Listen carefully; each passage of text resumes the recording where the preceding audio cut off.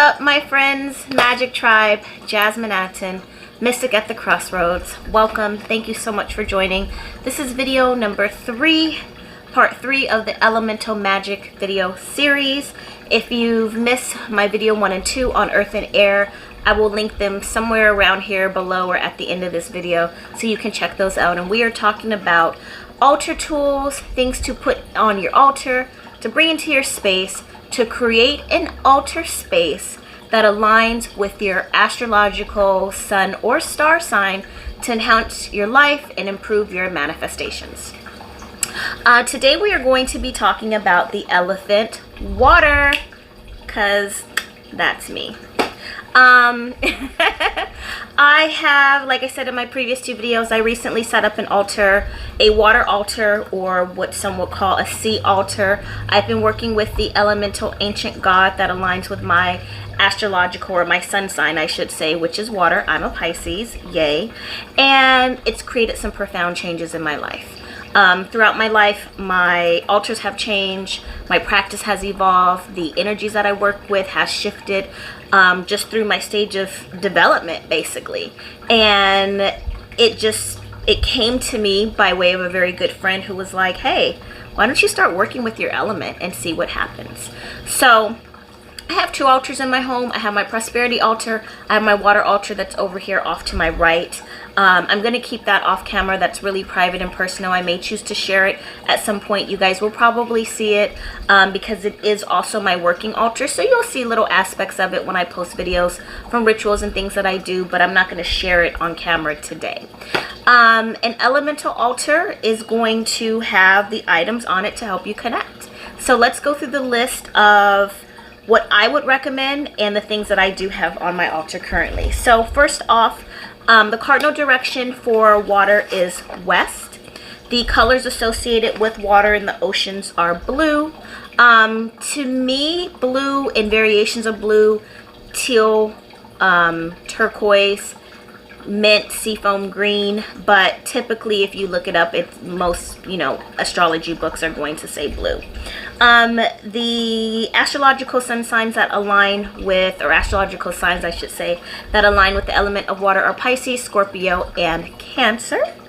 And it rules emotions. So anything when it comes to water, when you're doing any type of spiritual work, if you're working on yourself, if you're working on healing, if you're working on love, if you're working really on anything particular, ruling the emotions, then you would work with a water altar or something pertaining to the sea, okay? The items to go on your altar would, 1, water, obviously, right? That can be found in by way of a fountain or some sort of running water. You guys may notice that I have a fountain back here on my Ganesh altar, and I don't know if you can hear that. I hope it's not distracting. I love the sound of running water in my home. It helps me sleep at night. It brings a peace and kind of calmness, a bit of a serene energy into my space. However, I don't have a fountain on my water altar, but they're both kind of connected. Another thing that you can bring in are fish tanks, aquariums, fish, something that's living. I believe in having some sort of life in the home. I have 3 beta tanks. I have 1 here behind me. You can't see him, but I have 1 here behind me. I have 1 here where this is a pothos plant, also known as a lucky money plant. That is in a huge, like 3-gallon bowl with a beta, and he also has a filter in there. And then I have another one off to my left in my kitchen. So I have 3 different fish tanks in the house, and I just love them. I have such a sense of peace. I like getting up in the morning and saying good morning to my fish and feeding them and watching them and just having these bowls of water. Something else that I did, so I have a lot of pothos and philodendron plants.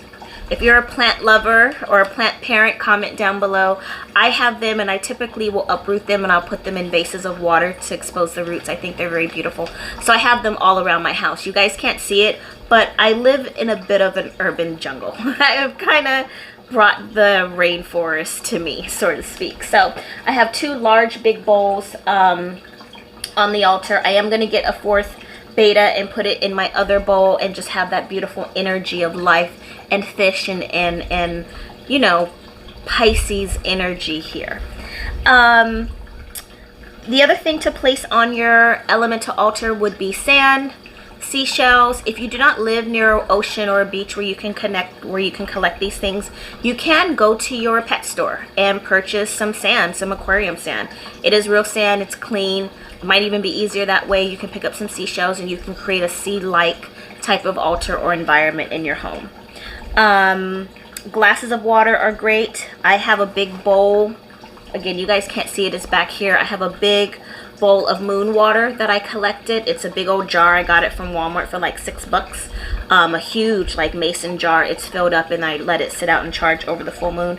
So you can definitely have, you know, bottles or jars of water that you use and implement into your magic. You can definitely put offerings on your altar. Offerings that are known to be very heavily water containing. So fruits are one thing, melons, cucumbers, watermelons, tomatoes. Well, maybe not tomatoes, but as far as offerings is concerned, I like to give, I primarily do fruit on the altar. So, and that's the elemental spirit that I'm working with seems to really enjoy when I put things, primarily cucumbers and watermelon on there. I know. But feel free to use any offerings that you like, quite honestly. Believe it or not, you can also use mirrors when it comes to your elemental, your water altar. I know that may seem a little interesting. It's like, but a mirror is glass. It's true, but they also say, you know, mirrors are kind of like eyes. They're like the window to the soul. And if you're working on anything pertaining to emotions, you can sit in front of your mirror. I like to sit in front of my mirror and just look at myself and speak very loving, positive words to myself.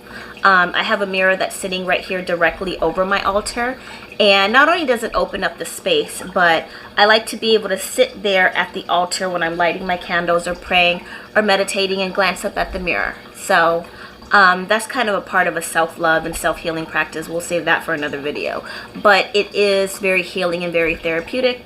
I also have a beautiful black obsidian mirror that my best friend gifted me, and that sits on my water altar as well. That's kind of like a portal opener to the other side and sort of the portal opener to myself when I'm doing scrying and things of that nature.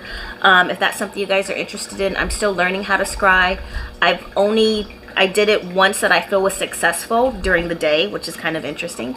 And yeah, so that's something that maybe we can talk about in another video. Let me know. And then last but not least is a cauldron. In some traditions, I know in the Wiccan tradition, cauldrons represent the feminine aspects, feminine energy of the altar. People can use cauldrons for scrying. You can fill it up with water. You can look in it. You can use a cauldron for burning your incense.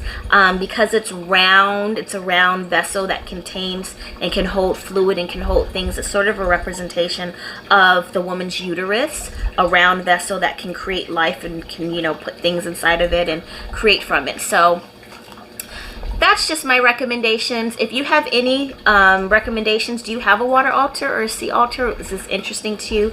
Is it something you'd be interested in? Let me know in the comments down below. I have seen profound changes in my life since implementing this and putting this type of altar in my home. Coincidentally, the way my space is set up, I had just enough space to face my water altar to the west. So it's actually on the west wall and I face the west when I do my rituals. That wasn't planned. It just so happened to be the floor layout.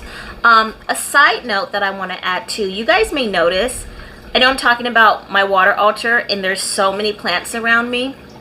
I have a lot of planets in Pisces. I have like 4 planets in Pisces, a couple in Scorpio. I'm all water. I have no air. I think I have like 1 earth sign. So the plants help bring a grounding aspect to my energy. So when you're working with your elements and maybe your sun sign is a water sign but you don't feel very grounded, implement plants into the background. Maybe you're an earth sign and you feel too grounded, or you don't feel like you're in tune with your emotions enough, or you need to work on healing, bring a waterfall, bring some water into your space. Maybe you're a fire sign and you're like, I'm too damn fiery, I'm too damn spicy, you know, I need to kind of cool it down a little bit. Bring some water into your space. So this is really just a template for you to kind of gauge and go by. You can create an elemental altar for any aspect of your life that you're trying to work on, but these videos are really geared towards working with your sun sign because it will help how you show up in life and the things that you're trying to manifest and create and bring to you. So I hope this was helpful. Thank you so much for watching this video. If you have questions, if you need help setting up your altar, you're more than welcome to book a private consultation with me at oneritualway.com. All of my social media will be down in the description box below. Be sure to follow me there as I post tips and tricks and things that I do not put up here on YouTube. I love you guys, and until next time, bye.